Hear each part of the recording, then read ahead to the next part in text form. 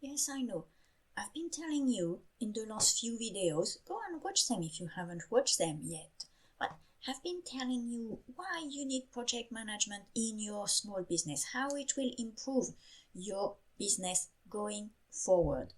But what I haven't talked about yet is, but what is project management? How does it look like on the ground? Really, this project management stuff, especially for my small business. I won't have a project manager coming in and doing my project. So what does it look like in practice? So let me tell you, and let me go through with you around the 5 different aspects of project management that you will need to put in practice in your business to improve your project management, to improve the delivery of your project. So yes, 5. Again, I think in the last video I had already 5 consequences. It seems to be a magic number, 5. Okay, but well, we'll talk about that another time. Okay, let's dive into the 5 steps of project management that you need to put into practice in your business. So the first one is to set clear goals for your project. A clear goal is what exactly do you want to do? What exactly do you want to achieve with that project? Redoing the website. That's a goal, but why do you want to redo your website? So what you want to achieve with that. So for instance, it could be increase website traffic to get then more customers, increase website traffic by 30% in the next 3 months.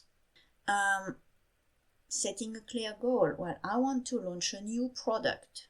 That's not really clear. So a better goal will be, I want to launch a product that will come between this and that product, or that will allow me to upscale my existing clients and to make whatever money out of that and retain a certain number of clients to that higher offer in the next 6 months. Okay, these are clear goals. So you need to set clear goals. So that was the first one. Then the second one is that, okay, you've got your goal, you've got what you need to do, you want to achieve. Now you need to break down the work. And for that, you need to sit down and list all the tasks that will need to be done to reach that goal. Okay, so for instance, if we talk about redoing your website, so does it mean that you will need a new website platform, for instance? You will need to hire a website designer. You will need to agree on the new content, the maybe new logo, new branding, the new pictures you will have. So you list everything that you will need to do in that project. So it's breaking down the work of your project. So then, once you know the things that you need to do to achieve that project, that you've got your list of tasks, you will need to plan for the timeline, the budget, the people that you need to achieve these tasks. So in each of these tasks, you look at how much it will cost.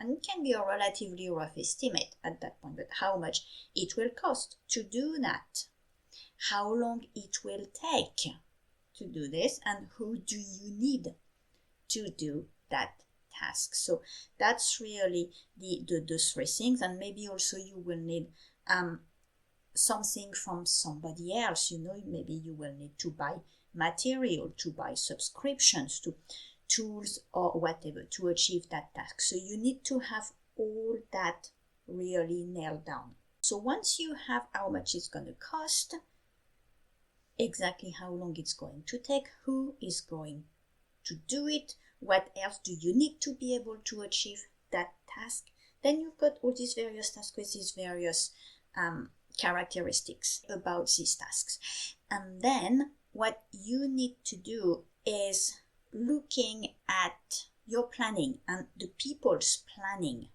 schedule, to basically find realistic time when you can do the tasks. Okay, if you have a task that you say is going to take 4 days, well, you're not going to plan 4 full days. It's impossible, because you have many other things to do, other people have many other things to do.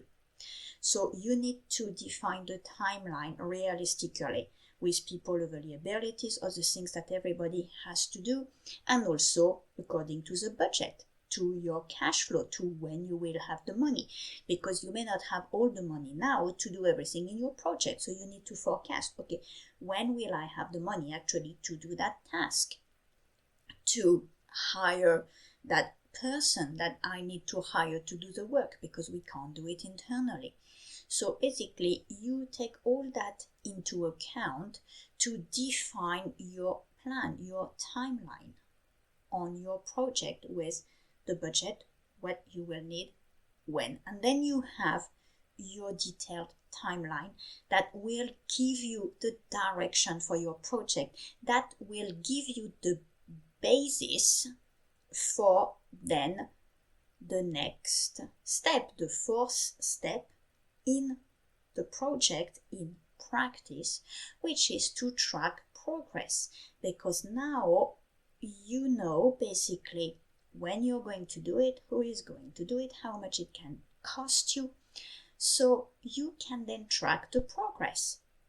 And that's the fourth step in project management, in practice, in your business.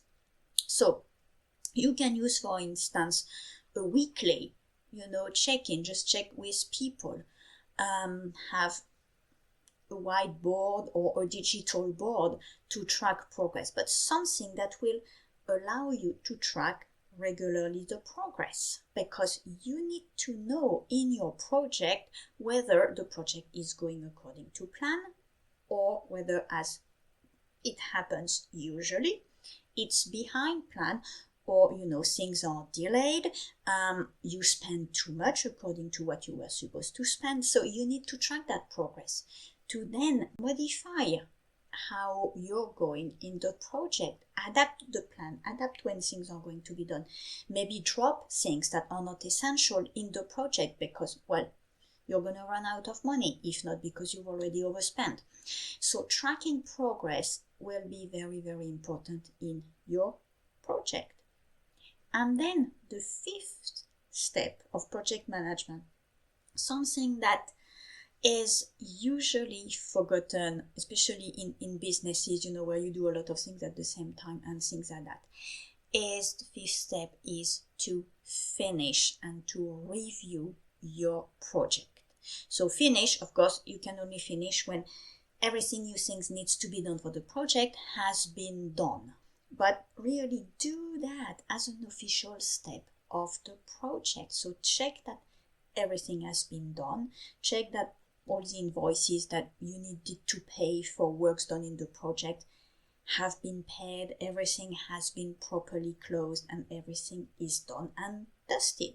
And you need to review the project. So that's a final review. Actually, I would advise you to review the project as you go along. What has worked, what is working, what is not working, what you would change in the next project, what you would keep doing in the next project because that has worked well. So review the project, document that to really finally close the project properly. So this is project management in practice, and especially for small businesses. And to summarize, there are 5 steps in project management in practice, which is 1, set clear goals for your project, that you have a really clear idea of what you are doing, what the project needs to achieve. Then break down the work. So take that goal and break it down into all the tasks that needs to be done in the project to achieve that clear goal. Third, when you have all the tasks, you plan your timeline and your budget. So on each of these tasks, you set a duration, you set the people who are going to do the task, you set the budget, you set everything you need to achieve that task. And then for the task, you look at all that. And then you put that in a plan on when various things are going to do. So depending on how long they will take, on when people who are supposed to do that task are available, on when you're going to have the money to do that task. Then the fourth step is to track the progress. You've got that timeline, that plan. So very regularly, weekly, bi-weekly, depending on the complexity and the length of the whole project, track the progress. Have you done what you were supposed to do? Has it cost what it was supposed to cost? Are you overspending on the project? Are things delayed? And track the progress regularly to then see when you need to change and to adapt the project to make sure that you finish without wasting time and without wasting too much money on the project. And finally, the fifth step, finish the project, officially close down the project, making sure that everything has been done, everything around the tasks, invoices paid, as I mentioned, also everything has been done, and do the final review of the project. So this is how, in practice, a project is done.